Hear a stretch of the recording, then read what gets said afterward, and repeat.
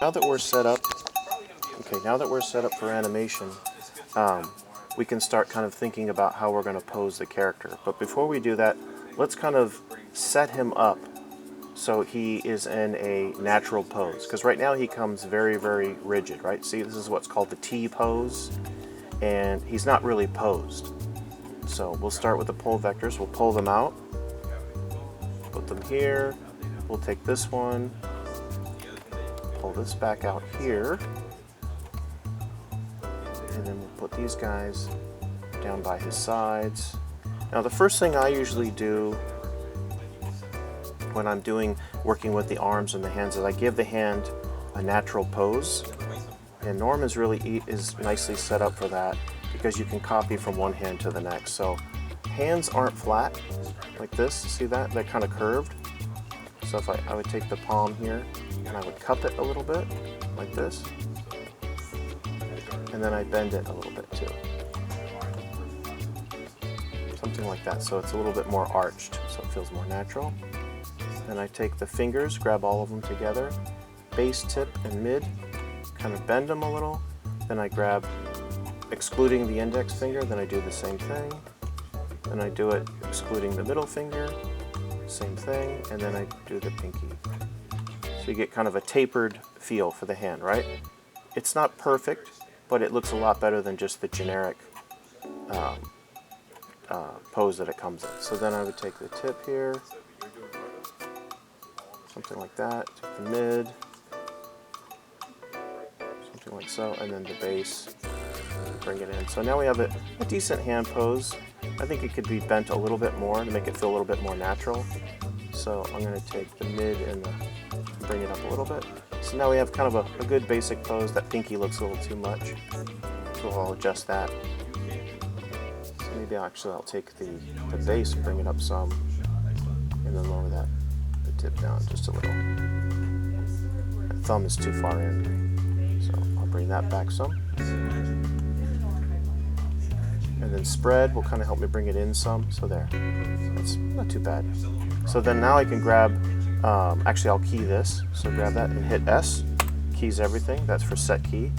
And I'll copy this and put it on the other hand, like that.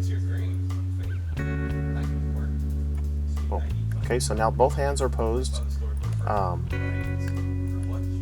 least they're neutral, so they don't look, robotic, doesn't look like a robot. And the next thing I usually go to is the spine.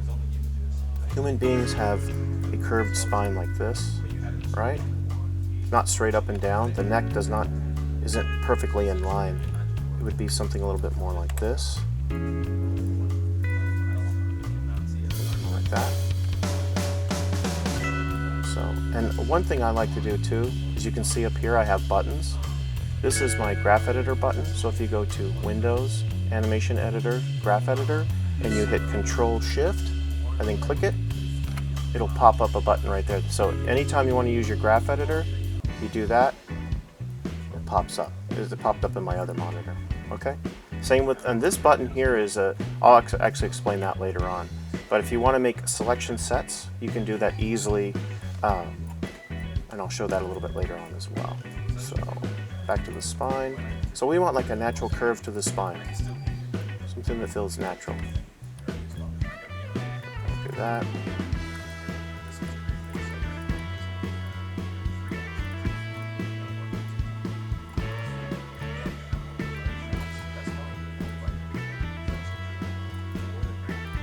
It also depends on the character that you're animating, like what he's like or she's like. So let's say, maybe bring this back a little bit.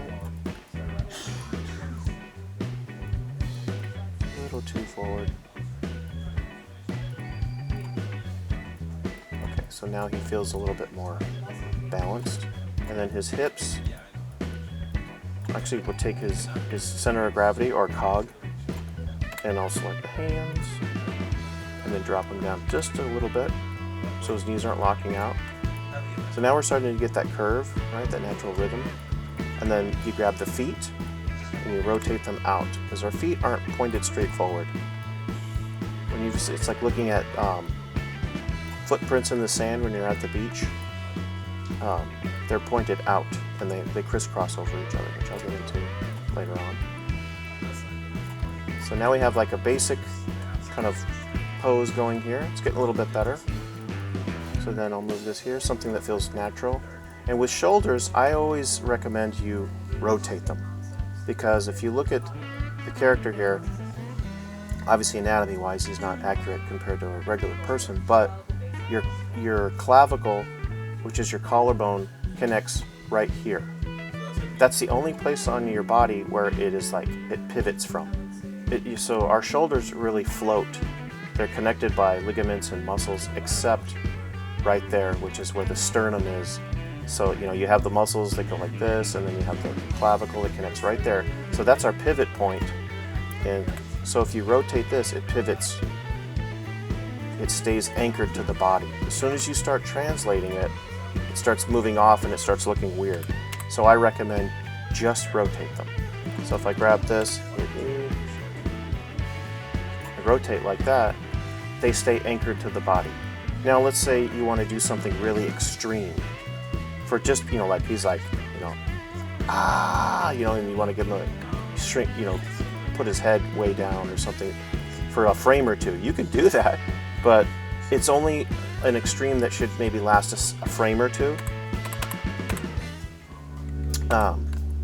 Just to get you in and out of something extreme. It's not something you rely on. So I say keep it to rotations. Use rotations instead of translations. I find it easier, especially in the beginning when you're learning how to animate.